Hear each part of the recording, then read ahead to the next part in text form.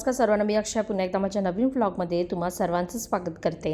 Last 2 व्लॉग्समध्ये मी तुमच्यासोबत share केलंच आहे। सध्या आम्ही वीकेंड प्लॅन करून आलेलो आहोत दुबई इथल्या डाऊनटाऊनला बुर्ज खलिफा जवळ स्टेसाठी। सो लास्ट व्लॉगमध्ये मी तुम्हाला हॉटेलची रूम टूर दिलेली आहे, जिथे आम्ही थांबलेलो आहोत रमाडा हॉटेल, जे अगदी बुर्ज खलिफाच्या जवळ आहे। आणि त्याच इव्हनिंगला आम्ही आलेलो आहोत दुबई इथल्या म्युझियम ऑफ द फ्युचरला। याचा काहीसा भाग मी ऑलरेडी गेल्या ब्लॉगमध्ये शेअर केलेला आहे। पुन्हा या ब्लॉगमध्ये शेअर करण्यामागचं कारण तर हा ब्लॉग पूर्ण फ्युचर म्युझियम बाहेरून कसं दिसतं, शिवाय आतून कसं आहे, हे एका संपूर्ण ब्लॉगमध्ये कव्हर व्हावं यासाठी पुन्हा करते। आम्ही पोहोचलेलो आहोत फ्युचर म्युझियमला। इथे माझ्यावरती बघताय आणि तिथे आता आतमध्ये जातोय आम्ही। जेव्हा जेव्हा दुबईच्या शेख जायद रोडवरून तुम्ही ट्रॅव्हल करताना त्यावेळी प्रत्येक वेळी तुम्हाला फ्युचर म्युझियम दिसतो। बाहेरून त्याच्या शेपमुळे अगदी युनिक दिसणारं फ्युचर म्युझियम आतून कसं आहे हे बऱ्याचदा आपण रील्समध्ये पाहिलेलंच असतं, पण प्रत्यक्षात एक्सप्लोअर करण्याची मजा वेगळीच असते, जे आज तुम्ही सुद्धा माझ्यासोबत करणार आहात। हा फ्युचर म्युझियमचा ग्राउंड फ्लोअर आहे। इथे हे काही ज्यूसचे स्टॉल्स दिसत आहेत, जे रोबो हँडल करतोय की फ्युचरमध्ये ज्यूस स्टॉल कसं असू शकतात। इथे लेफ्ट साईडला लायब्ररी आहे, शिवाय बरीचशी सिटिंग दिसते इथे। या रिव्हॉल्विंग डोअरमधून तुम्ही पलीकडे गेलात तर मस्त फोटोशूट करू शकता, कारण फ्युचर म्युझियम अगदी परफेक्टली बॅकग्राऊंडला येतं। इथे आणखी एक ज्यूसचा स्टॉल दिसतो आहे, शिवाय बऱ्याचशा वस्तू सेलसाठी ठेवलेल्या दिसत आहेत। तर इथे तुम्ही कुठेही फिरायला गेलात ना तर त्याच्या डिझाईन असलेल्या बॅग्स, बॉटल्स, आणखी बऱ्याचशा वस्तू सेल करायला दिसतील। ही म्युझियमची लिफ्ट आहे। या म्युझियमचा ग्राउंड फ्लोअर आहे ना, तुम्ही फ्री एक्सप्लोअर करू शकता, पण वरचे सर्व फ्लोअर एक्सप्लोअर करण्यासाठी 150 AD पर पर्सन तिकीट आहे। तर आहे ना, जस्ट आम्ही तिकीटसुद्धा काढलेलं आहे। ग्राउंड फ्लोअरलाच आहे रिसेप्शन, तिथून तिकीट्स घेतलेले आहेत। आता वरती जाऊ, पण त्याआधी ना मी इथे बॅक साईडला जो एरिया आहे तिथे आलेलो आहोत आणि तिथून मी दाखवते कसं दिसतं। तर मगाशी मी दाखवलेल्या रिव्हॉल्विंग डोअरमधून तुम्ही बाहेर आलात ना, तर इथून आहे ना फ्युचर म्युझियम असं दिसतं। इथे आम्ही बरेचसे फोटोज काढले। म्हटलं की उजेड आहे तेपर्यंत फोटोज काढून घेऊया, कारण एकदा वरती गेलो की पुन्हा खाली येईपर्यंत काळोख झालेला असणार। आणि म्युझियमच्या खालच्या दिसणाऱ्या शेपवर संपूर्ण त्यांनी गार्डन बनवलं। इथे ह्या स्टेअरकेससुद्धा आहेत। तर मगाशी दाखवलेल्या लिफ्टने आम्ही सगळ्यात पहिला टॉप फ्लोअरला आलो आणि मग ते एक्सप्लोअर करत करत आपण एक एक फ्लोअर खाली येतो आणि जागोजागी त्यांचे टीम असते आपल्याला गाईड करण्यासाठी। तर ह्या काही मशीन्स आहेत ज्या आपल्या हाईटनुसार ॲडजस्ट होतात, आपलं फेस स्कॅन करतात। इथे असलेल्या स्क्रीनवरती आपल्या नावासोबत आपण रोबो झालो तर कसे दिसू हे पाहायला मिळतं। आणि इतकंच नाही तर अडल्ट्सच्या हाईटसाठी वेगळी मशीन्स आहेत आणि लहान मुलांच्या हाईटसाठी वेगळी मशीन होती। आता आम्ही म्युझियमच्या एलिव्हेटरमध्ये आहोत आणि एलिव्हेटरमध्ये त्यांनी स्पेसशिपचं सिम्युलेशन तयार केलेलं आहे, ज्याचं ऑडिओ आणि व्हिडिओ इफेक्टमुळे आपण स्पेसशिपमध्ये जात असल्याचा आपल्याला फील येतो। अशी मी तुम्हाला कॅप्सूल शेपमध्ये लिफ्ट दाखवलीच। अशा एकूण 3 लिफ्ट्स आहेत म्युझियमला। एका लिफ्टमध्ये 35 लोक मावू शकतात। लिफ्टने वरती जाताना संपूर्ण आतलं म्युझियमचं इंटिरियर आपल्याला बघायला मिळतं। किंवा आणखी एक मोठी लिफ्ट आहे जिची कॅपॅसिटी 120 पीपल किंवा कोणतंही मोठं सामान कॅरी करण्याची आहे, जी one of the largest in the world समजली जाते। इथे या स्क्रीनवरती डिजिटली त्यांनी ॲमेझॉन जंगलच्या इकोसिस्टमची रेप्लिका दाखवलेली आहे। आणि आता मी जिथे आलोय ते पाहून काय वाटतं तर इथे पूर्ण असं लाईट्स आहेत, बल्ब आहेत, असा एक फील येतो, पण ॲक्च्युली तसं नाही आहे। काय आहे दाखवू का जवळून? तर ही संपूर्ण लायब्ररी आहे। आपल्या अर्थवरती असलेल्या सर्व स्पेसिस या प्रत्येक जारमध्ये स्टोअर केलेल्या आहेत। आणि अशा या लायब्ररीमध्ये अगदी सिलिंगपासून फ्लोअरिंगपर्यंत एकूण 2400 स्पेसिमनचे जार्स आहेत। आणि अगदी जवळून दाखवल्यावर तुम्हाला लगेच लक्षात येईल की हे सर्व तर तेच इन्सेक्ट्स आहेत जे आपण नेहमी पाहत असतो, नागतोडा, स्पायडर आणि इतर बरेच प्रकार।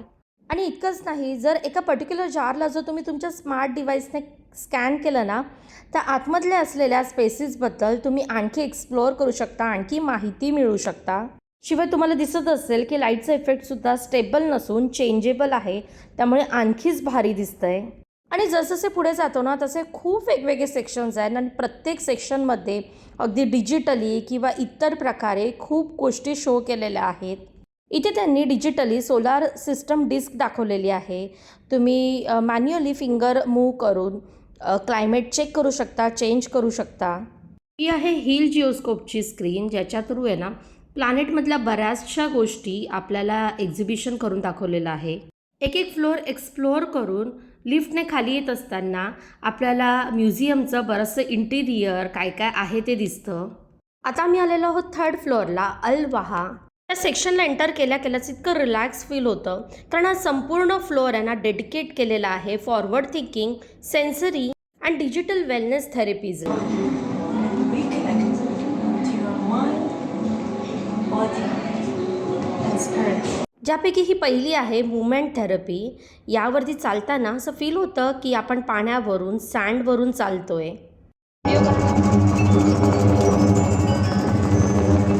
या फिलिंग थेरपीमध्ये हॅप्टिक टेक्नॉलॉजी, ऑडिओ आणि लाईटमुळे ना आपले हँड रिसेन्सिटाईज होतात आणि एनर्जी रिस्टोअर होते. So breathe in and breathe out. Just close your eyes. Power to unlock tension and it can remove energy blockages you're feeling in your body. ही आहे connection therapy. येत असलेल्या harmony इफेक्टमुळे ना आपण एकदम रिलॅक्स आणि एकदम कॉन्सन्ट्रेट फील करतो.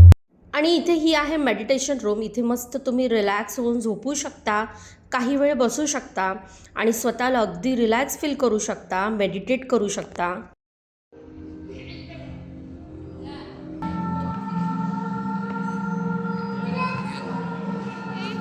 आणि त्यानंतर आम्ही आलेलो आहोत म्युझियमच्या बाल्कनी म्हणू शकता किंवा टेरेसला. आणि तिथून आजूबाजूचा व्ह्यू इतका भारी दिसत होता की थोड्या वेळात आहे ना संपूर्ण म्युझियमची लाईट चालू होईल आणि शिवाय आजूबाजूच्या सर्व बिल्डिंगची तो जो व्ह्यू असतो ना इव्हनिंगचा तो अगदी अमेझिंग असतो बघण्यासारखा. पण म्युझियमचं टायमिंग आहे ना 6 वाजेपर्यंतच आहे, त्यामुळे आता थोड्याच वेळात लाईट चालू होतील. पण तेपर्यंत आम्ही इथून निघालेलो असू आणि माझ्यासोबत तुम्हीसुद्धा एक्सपिरियन्स करताय आजूबाजूला दुबई कशी दिसते. हा आहे शेख जायद रोड, जिथून नेहमी जाताना म्युझियम दिसत असतो आणि खूप भारी वाटत होतं इथे उभं राहून सर्व पाहताना. आणि आम्ही बराच वेळ इथे फोटोजसुद्धा शूट केले. त्यानंतर आम्ही आलो 2nd फ्लोअरला, जो आहे टुमारो अँड टुडे. ज्यांना पण आयरन मॅन बनायचं आहे त्यांच्यासाठी हा फ्लाइंग सूट आहे. इथे फ्लाइंग ईगल आणि सायबर डॉग पाहायला मिळतो. हा संपूर्ण फ्लोअर एक्सप्लोअर करताना फ्युचरमध्ये टेक्नॉलॉजीचा वापर कसा होऊ शकतो, शिवाय AIचे इनोव्हेशन्स कसे असू शकतात ह्याची आपल्याला आयडिया येते. आणि सर्वात शेवटी लक्ष वेधून घेतं ते म्हणजे AI पॉवर्ड रोबोट, जो येणाऱ्या प्रत्येक व्हिजिटर्ससोबत इंटरॅक्ट करतो. तुम्ही काहीही क्वेश्चन विचाराल तर ऑफकोर्स रोबोट आन्सर करेलच. पण इतकंच नाही, आणि तुम्ही जेव्हा पण या रोबोसोबत इंटरॅक्ट करताना त्यावेळी जे एक्सप्रेशन असतात फेशियल आणि डोळ्यांचे, हे अगदी ह्युमन एक्सप्रेशनसारखेच आपल्याला वाटतात. सो आम्हीसुद्धा तिघांनी तो चान्स काही गमावला नाही. तिघांनाही जे क्वेश्चन्स विचारायचे होते ते Can you विचारले. sing that song? How are you? Well, I can't sing it, but I can chat about Shakira's music and its impact if you'd like. तर आता मी बसलो आहे किड्स सेक्शनला आहोत. या फ्लोअरला आहे ना किड्सला खेळण्यासाठी, त्यांना सगळं दाखवण्यासाठी बऱ्याचशा गोष्टी आहेत. म्हणजे पहिल्यांदा 5th फ्लोअरला जातो. पहिले इंट्रोडक्शनचं एक फ्लोअर आहे एंट्रन्सला, आणि मग तिथून नंतर 5th, 4, 3, 2, 1 असं. आणि आता 1st फ्लोअरला आहोत आम्ही. असं खाली खाली येत प्रत्येक फ्लोअरला फ्युचरमध्ये कशा गोष्टी असतील ना ते सगळं दाखवलेलं आहे. बरोबर ना? तुम्हाला काय म्हणायचं? फ्युचर म्युझियममध्ये ॲक्च्युली ते जस्ट अर्थ रिलेटेड पहिले स्पेस स्टेशन दाखवलं आहे, त्याच्याबद्दल माहिती दिली आहे. सोलर सिस्टीम दाखवली आहे, प्लॅनेटरी पोझिशन्स, रोटेशन्स, त्याबद्दल माहिती दिली आहे. मग एक आम्हाला असा एक सेपरेट लिफ्ट आहे ज्यामध्ये तो फील दिला आहे की आता आपण स्पेस स्टेशनवरून अर्थवर लँड करतो आहे. एक फ्लोअर खाली येतो आपण, मग त्याच्यात ते लँड करतो असं दाखवलं आहे. मग अर्थवर आल्यावर मग अर्थ थीममध्ये दाखवलं आहे की हाऊ अमेझॉन जंगलमधले काय काय अरेंजमेंट आहे, ट्रीजचे काय काय नॅचरल फेनॉमेना आहे त्याबद्दल माहिती सांगितली आहे. मग नंतर आम्हाला वेगवेगळ्या जस्ट आमचं हे रिस्टबँड दिलेलं आहे त्यांनी, ते स्कॅन केल्यावर प्रत्येक ॲक्टिव्हिटी आम्हाला करता येते तिथे. तर मग नेक्स्ट ॲक्टिव्हिटीमध्ये त्यांनी दाखवलं आहे की कसं प्लांट फॉर्म होतं from the very small plant to big tree.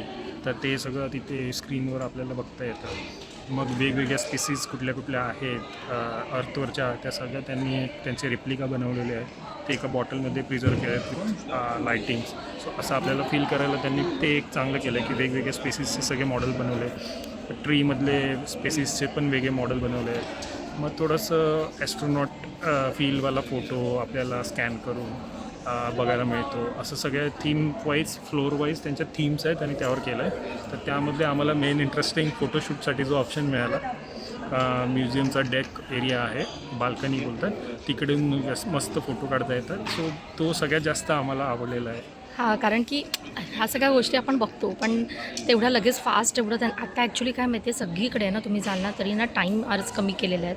म्हणजे जे नॉर्मली जे टायमिंग असायचं ते सध्याच्या सिच्युएशनमुळे त्यांनी सगळीकडे कमी केलं आहे. तर म्हणजे इतकं फास्ट सगळं दाखवतात ना, फास्ट, त्याच्यामुळे अर्ध्यापेक्षा जास्त गोष्टी आहेत ना डोक्यावरून जातात.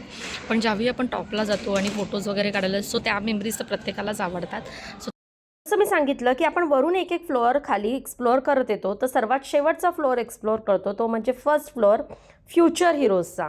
ऑफकोर्स आपल्या मुलांची जी जनरेशन आहे ती आपली फ्युचर असणार आहे, त्यामुळे इथे पॅरेंट्सला आतमध्ये अलाउड नाही आहे, त्यामुळे फक्त मुलं आतमध्ये जातात.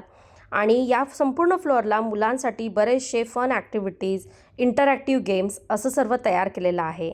इथे असलेल्या प्रत्येक गोष्टी मुलांच्या क्रिएटिव्ह थिंकिंग आणि प्रॉब्लेम सॉल्विंग स्किलला डेव्हलप करण्यासारख्या आहेत. आर्विकचं इथे खेळून झाल्यानंतर आम्ही पुन्हा आलो ग्राउंड फ्लोअरला. फक्त एक राहिलं ते म्हणजे दुबई फ्युचर म्युझियममध्ये नेहमी पाहायला मिळणारं फ्लोटिंग एअर बलून्स. वेलफिशर शेप्सचे हे रोबो कितीही क्राऊड असला तरी एअरमध्ये इझिली स्विम करू शकतात असं त्यांनी रिप्रेझेंट केलेलं आहे.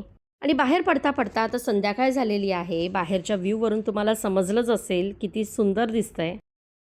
फ्युचर म्युझियम एक्सप्लोअर करून बाहेर पडल्यानंतर नेक्स्ट प्लॅन आमचा असा होता, आता हॉटेलवर न जाता डिरेक्टली दुबई मॉलला जायचं. आज पुन्हा एकदा फाउंटन शो एन्जॉय करायचा आणि मग त्यानंतर दुबई मॉलमध्ये जाऊन डिनर करायचं आणि मग त्यानंतर डिरेक्टली हॉटेलवर जायचं.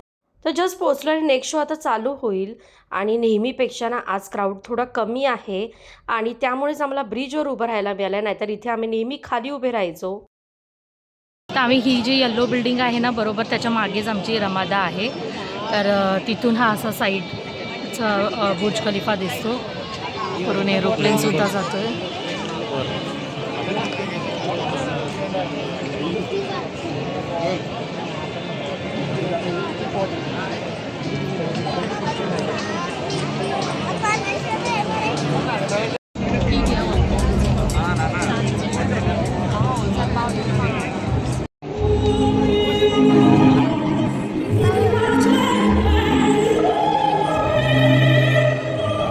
चायनीज आहे, जॅपनीज ऑफ चायनीज.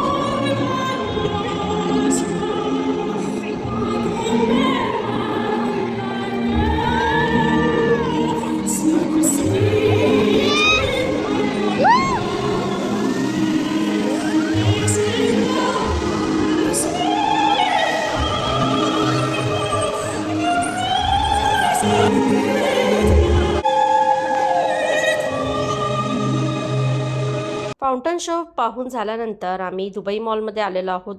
फूड कोर्टला जातो आहे डिनरसाठी.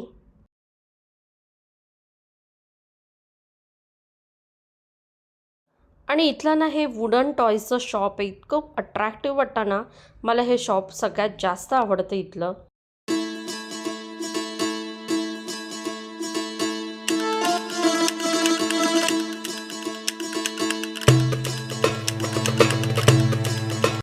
फायनली आता सगळीकडे फिरून आता आम्ही आलेलो आहोत दुबई मॉलमध्येच फूड कोर्टला. आणि तर काय काय ऑर्डर केलेली आहे, तर इथे हा मेदूवडा मागवलेला आहे. त्याचसोबत एक मसाला डोसासुद्धा ऑर्डर केला आणि पापा जॉन्सचा पिझ्झा घेण्यासाठी मंदार गेलेले आहेत.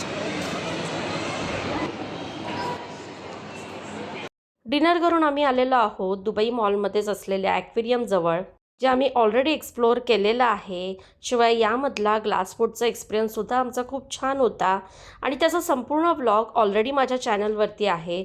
ज्यावेळी आम्ही दुबईला राहत होतो ना, त्याचवेळी आम्ही इथे येऊन गेलो होतो. आणि आता डिनर करून पुन्हा आम्ही हॉटेलवर जायला निघालेलो आहोत आणि पुन्हा नेक्स्ट फाउंटन शो इथे चालू आहे. आणि आम्ही आता ना इथूनच जाणार आहोत. मगाशीच्या ब्रिजवर उभे होतो आणि इथून आमच्या हॉटेलकडे जाण्यासाठी 2-3 मार्ग होते. पण आम्ही कुठून जातो आहे माहिती आहे, मगाशी ते मी येल्लो कलरचं हॉटेल बिल्डिंग दाखवली ना फाउंटन शो पाहत असताना, तिथून आता आम्ही आतमध्ये जातो आहे. आजपर्यंत जितक्यांदा पण आलो ना ते दुबई मॉलच्या आतमध्येच एक्सप्लोअर करायचो, फाउंटन शो पाहायचो आणि पुन्हा रिटर्न जायचो.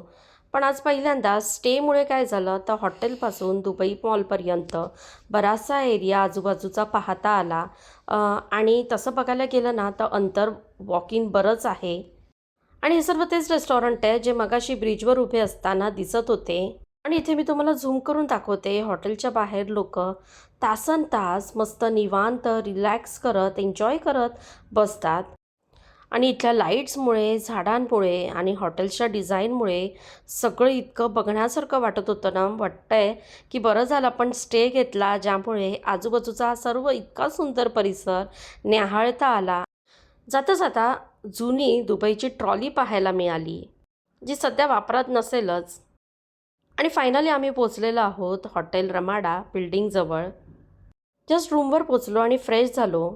आणि इथे स्टे प्लॅन करण्यामागची जी इच्छा होती की आपल्या रूममधून हा व्ह्यू असावा जो सकाळचा पाहिलाच होता आणि आता संध्याकाळचा सुद्धा पाहिला. तुम्हाला हा व्ह्यू कसा वाटतोय मला कमेंटमध्ये नक्की सांगा. हे जे फिलिंग आहे ते वेगळंच आहे, कोणाला नाही आवडणार. असं आजचा दिवस एकदम स्पेशल झाला. संपला आता परत चालू होणार. कंटिन्युअसली थोड्या थोड्या वेळाने फाउंटन शो चालूच असतात. बुर्ज खलिफावरती जो शो होतो तो लाइटिंगचा, त्यानंतर मग ज्या बोटी फिरत असतात त्या स्टॉप झाला की मग फाउंटन शो सुरू होतो. नॉर्मली हे असंच असतं शेड्यूल. आणि सकाळी सुरू झालेला आमचा हा प्रवास अबुधाबी ते दुबई. पहिल्यांदा आम्ही हिंदू टेम्पलला गेलो, गुरुद्वारामध्ये गेलो, त्यानंतर आम्ही गेलो JLTमध्ये लंचसाठी अमृतसर रेस्टॉरंटमध्ये. तिथून मग आम्ही टॅक्सीने रमाडाला ते, आणि मग इथे आल्यानंतर आम्ही गेलो म्युझियममध्ये, फ्युचर म्युझियम. आणि मग त्यानंतर मग आम्ही डिरेक्टली दुबई मॉलला गेलो. आणि दुबई मॉलला सुद्धा मग आम्ही बुर्ज खलिफा, फाउंटन शो असं सर्व पाहिलं. तिथे डिनर केलं आणि आत्ता आलो. दिवस खूप म्हणजे खूप ऑसम होता. आमच्या लाईफमधला हा एक स्पेशल डे होता. आता उद्याचं काय प्लॅनिंग असेल ते उद्याच्या पुढच्या व्लॉगमध्ये तुम्हाला पाहायला मिळेल. तर कसा वाटला हा आजचा व्लॉग मला नक्की कळवा. व्हिडिओ आवडला असेल तर जास्तीत जास्त लाईक करा, शेअर करा आणि आवडला असेल तर लाईक करा, शेअर करा, सबस्क्राईब करा. आणि पुन्हा भेटू उद्याच्या नवीन व्लॉगमध्ये आणखी स्पेशल गोष्टी घेऊन. चला तर मग भेटूया पुन्हा. Good night, sweet dream, take care, bye bye.